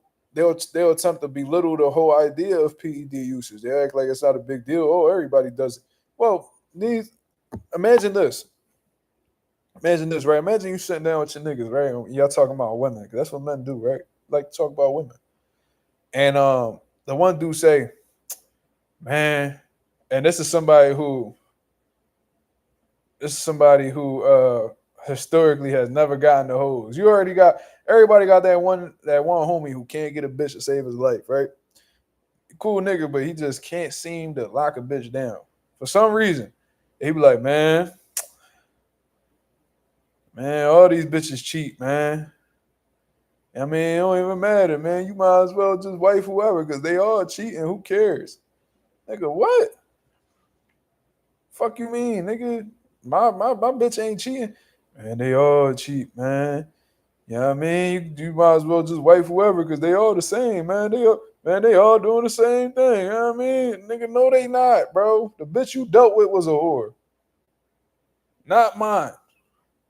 And the moment that I was to ever find that out, I ain't sticking around like your stupid ass. You feel what I mean? So, niggas be bugging. And they all cheat, man. It don't matter. Who cares, man? They all cheat. Nah, yours cheat, nigga.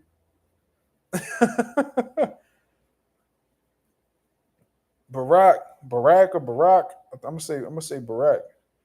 He says, WBC is helping the drug cheat get off with a slap on the wrist. Your fight should not reward him with a rematch. I agree. It's really that simple. And it's not like he cheated one time. Cheated multiple times. And the fact that the WBC is pretty much forcing Gafai's hand right now when he blatantly got cheated by somebody who's cheated in back-to-back fights. They go, oh, we gonna give you the belt back, but you got to rematch this guy who cheated you again.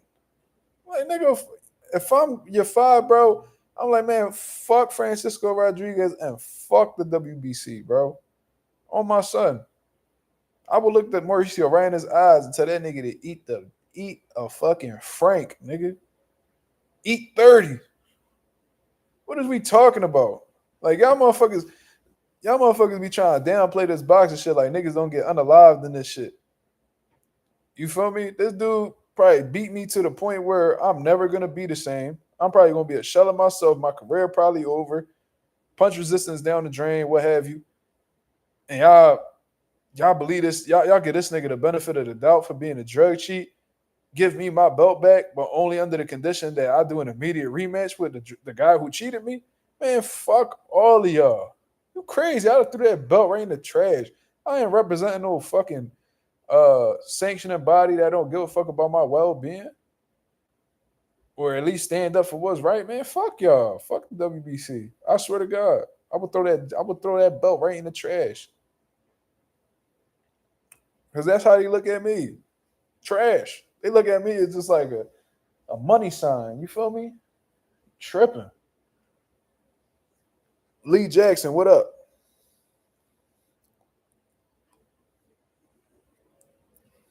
Ralph says they say that everybody's cheating narrative in boxing to cover for their favorite fighters being cheaters. Facts. You know who I haven't seen, y'all? I have not seen that fuck nigga Marky Dan. Where the fuck is Marky Dan at? Because he was talking all that shit about Xander Zayas, saying that he gonna get beat to death and all this bullshit. And Xander go ahead and fuck Jorge Garcia up. And we ain't see Marky Dan since. Can somebody reach out to Marky Dan to make sure he's okay? I think that boy Marky Dan needs to get a wellness check.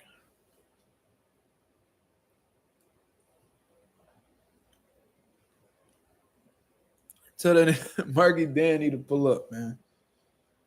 We looking for him.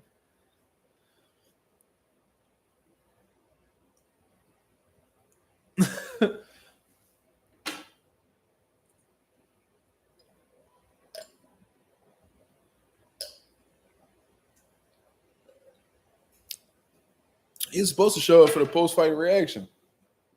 And he didn't. He said, I see Marky around, I'll call him out. Damn, he avoided my channel then. That's crazy. That sucks.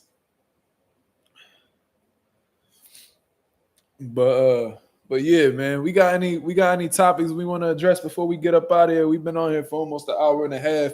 You feel what I mean? This was a great conversation. We got the viewership back, thank God, because fucking Mastermind caught us off guard with that crazy ass statement he made. But you know, I'm hoping everything's well with Mastermind, bro. Man, that's an unfortunate situation. I mean, that's a crazy story, bro. Like 37 years? Sheesh. He just come on here talking about boxing like nothing's wrong. Shit. That's humbling, bro.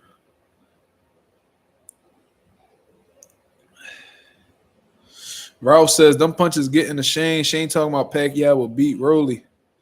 Well, I think I saw Tim Bradley say that Pacquiao will beat Tank.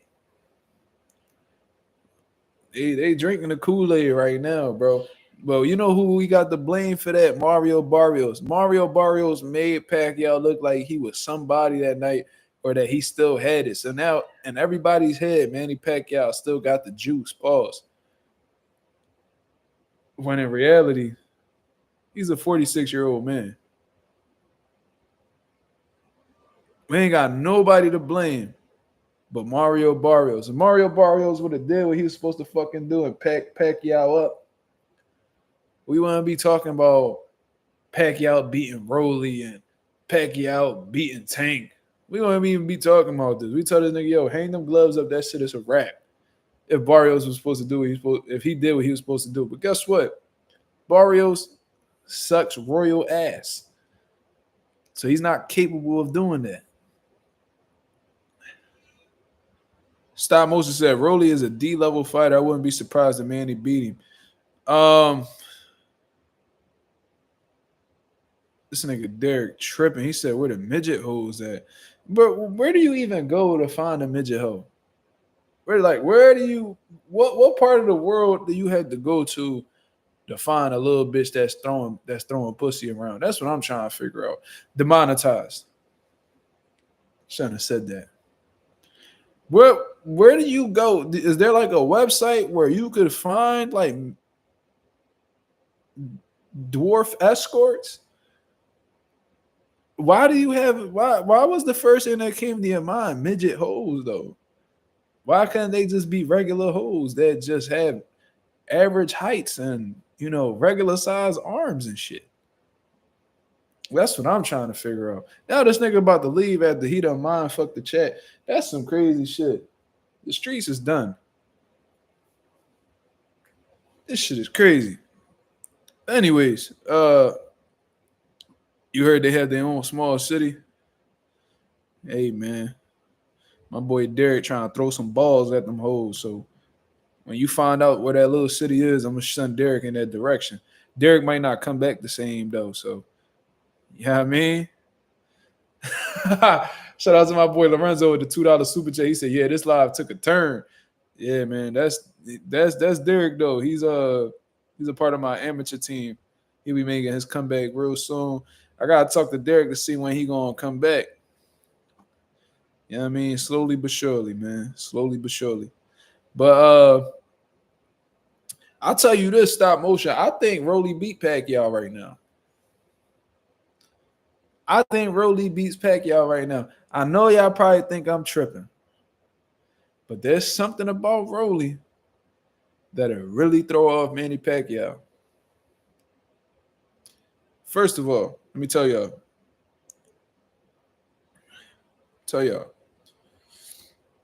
I told y'all I got a phobia of like little people though, right? I think I got a genuine phobia of little people. When I used to work at my old job a couple years back, there was one that used to walk up and down the street. And every time I seen that person, I could feel my heart beating in my chest. It's something about them little people that instills a fear deep in my heart. I think what throws me off is that they got regular size, like human heads, but everything else don't add up to it. So they very, very weird looking, and that shit makes me extremely uncomfortable. But anyways,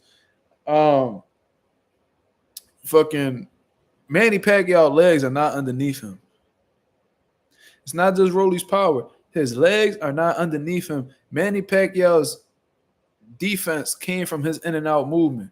You know what I mean? His awkward timing. You feel what I mean? That was really his bread and butter. His legs was really like the key part to his game. His legs not underneath him no more. Rolly just got to punch with Pacquiao, bro. If he punches with Pacquiao, you know what I mean? First of all, if he pushes Pacquiao backwards, if he keeps them fast hands on Pacquiao and he gives some shit for Pacquiao to think about, and every time Pacquiao tries to throw a combination, if Rolly throws in between those punches, bro, he could be very effective against Pacquiao and probably hurt this man. I'm telling you, y'all think I'm tripping. Rolly will beat Pacquiao right now. And I tell you what, Rolly will beat Barrios. Does he beat Norman? I don't think so. I don't think Rolly beats Norman.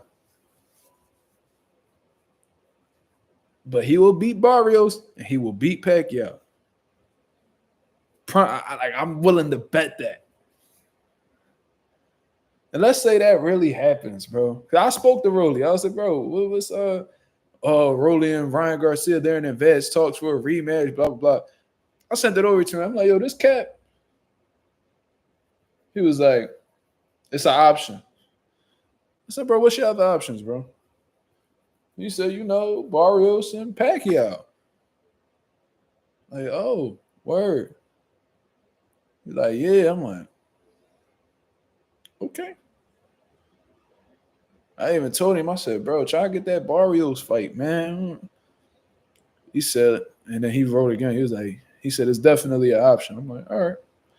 Leave it up to your team to figure out, man. I don't want to be stepping on nobody's toes, you feel me? But hey, man, Rolly got some options, bro. Rolly gonna lead this sport with a nice little resume for one. But for two, he gonna lead this bitch with a couple dollars too. Look at the fights he been getting. Tank, Ryan. Then he might fuck around and get Barrios or even Pacquiao. What? The Eastside Cruz fight, I'm sure he made a couple dollars off of too. Rollies could stop Barrios. I believe that too. How about the winner of Haney and Norman? I think it's a 50-50, to be honest with you.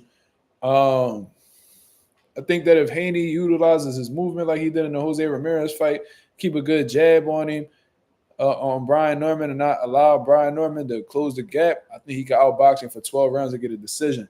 If Brian Norman cuts off the ring effectively, is able to get, past Devin Haney's jab and land some effective shots to the body and break it, I think that he can even stop Devin Haney late. If he's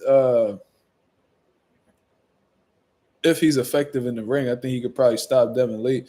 But I think Devin Haney's going to beat him by unanimous decision. I think the experience, I think the jab, I think the hand and the foot speed. Because I heard Brian Norman Sears say that Devin Haney's feet not fast.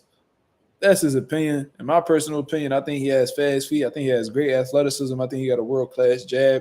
And I think I think he's very sharp with his punches as well in terms of accuracy. So I think that the Normans, I'm not saying they're underestimating Devin Haney, but Devin Haney got some tricks up his sleeve that may surprise them. So I think Devin's gonna beat Brian Norman by decision. Oh, you said no. Oh, I'm sorry, Marissa. I fucked up the answer. Rolly is a product of perfect matchmaking. Not all the time. Stop motion. He had a great team to manage his career, but he didn't have perfect matchmaking.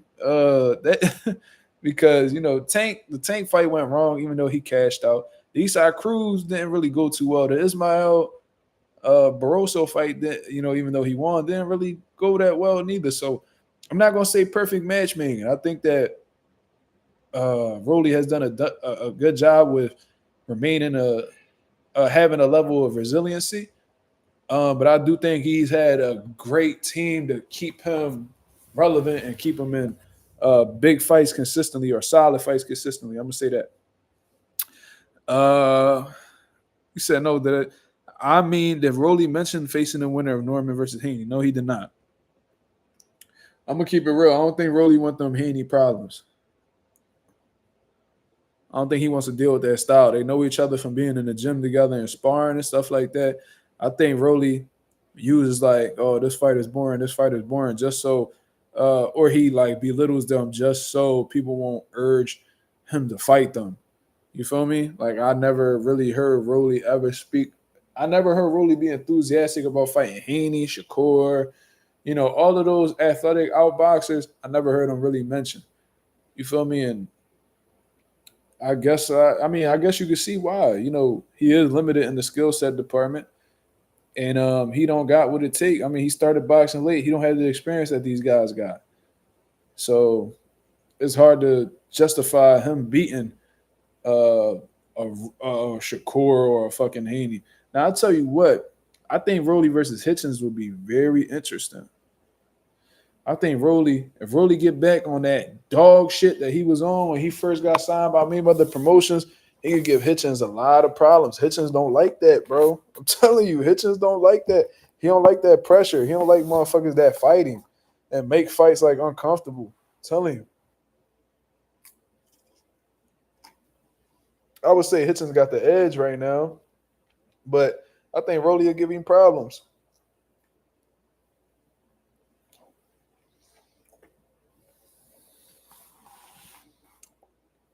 Norman would knock Sonic rings out of Rolly. Hitchens outboxes him. I'm saying if Rolly be on that reckless shit where he just, putting that pressure, combination punches, punching with bad intentions, that can make Hitchens very uncomfortable.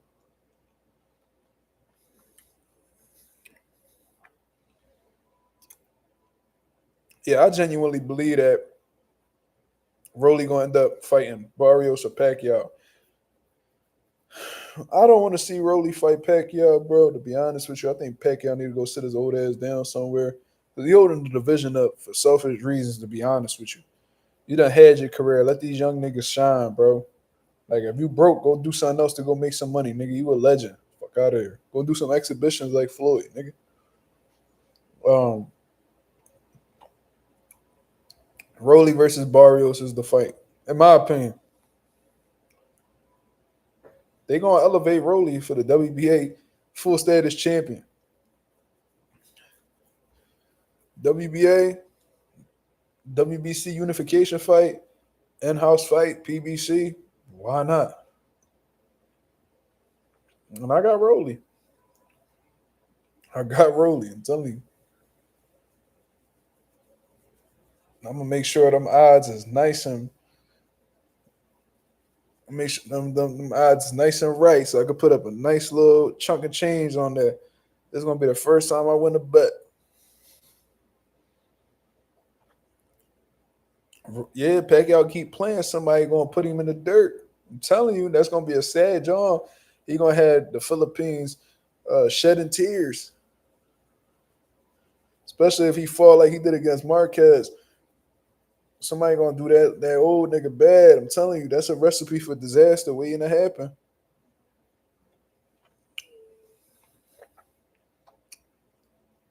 Marissa, I know you from Texas like Barrios, but I'm sorry about that. But I think Rolly gets him.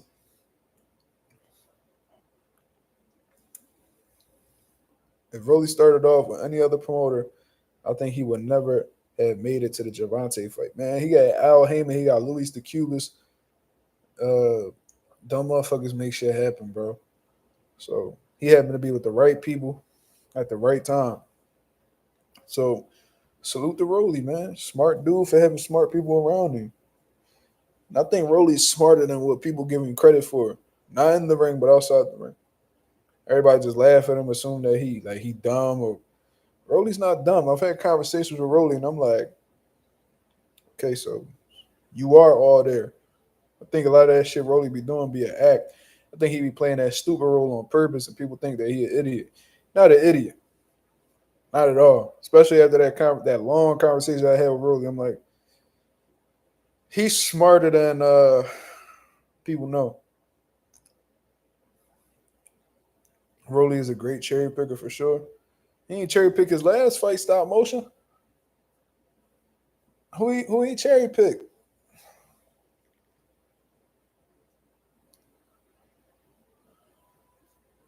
Manuel Jaimes.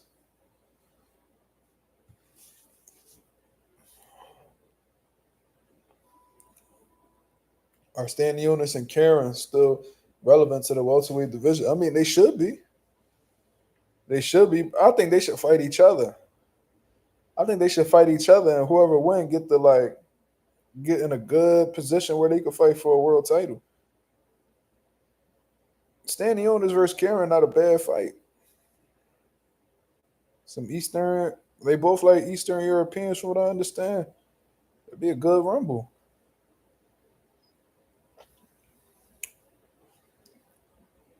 I think that'll be a real good fight. You got Karen beating Stanionis.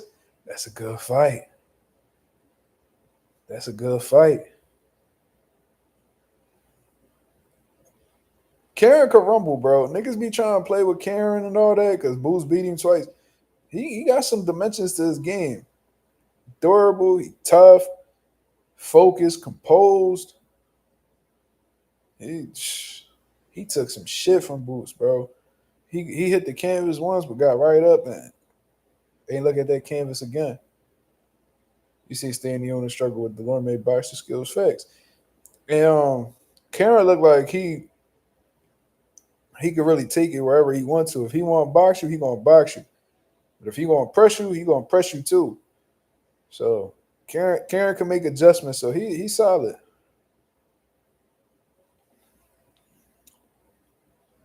Karen had spots where he was giving Boots the business. He was touching Boots. He was. But I don't really think it was because of Karen. I think it was just because Boots was, I don't know. I think Boots was trying to I think he was looking, to me personally, from my experience, it looked like he was looking for the knockout. And when you're looking for the knockout, nothing else is on your mind. You know what I mean? When you truly focus, you watching your opponent, you know what I mean? You paying attention to your defense, making sure your technique good. You want to make sure that, all right, you see the shot, you react promptly. You know, I think when you just focus on a knockout, all you thinking about is landing that big money shot. You're not worried about your defense. You ain't worried about, being countered. You ain't worried about none of that. Yeah, Stephen Fulton the same way. Yeah, I agree. That's a great comparison. They can go get it. They can go in the trenches and go band for band with you, or they could give you a boxing lesson. It all depends on how they feeling. They might just give you both in in one fight. Because I seen spots where he was boxing Brandon Figueroa. Then I seen times where he was stepping to Brandon Figueroa and using angles, going to the body, cooking him on the inside. You feel me? Pause. Dank Father, what up? Stop Motion MMA says, what happened to Blair the Flair? Well, apparently he had some type of contractual issues with Don King in 2025. Fucking crazy.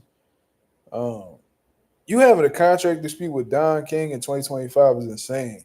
That's just I don't really understand that. But apparently, I think he's a free agent right now. I think Blair is a free agent, promotional wise, and I think he just exploring the market. But Blair don't got much time to waste, bro. Blair, you got some solid win. I mean, you got Maurice Hooker on your resume. You got Adrian Broner on your resume, man. Come on. You need to be put in a position where you can fight for an interim belt or a regional something.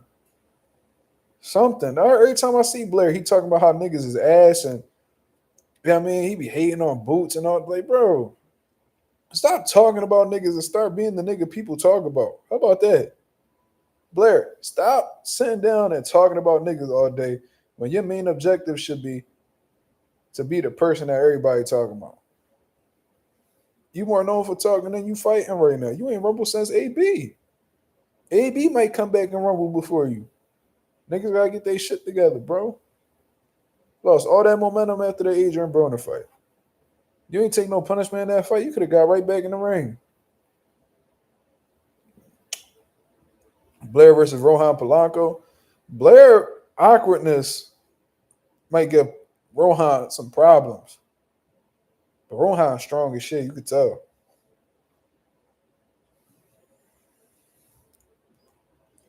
Get the lick back versus Roca. Hey, man.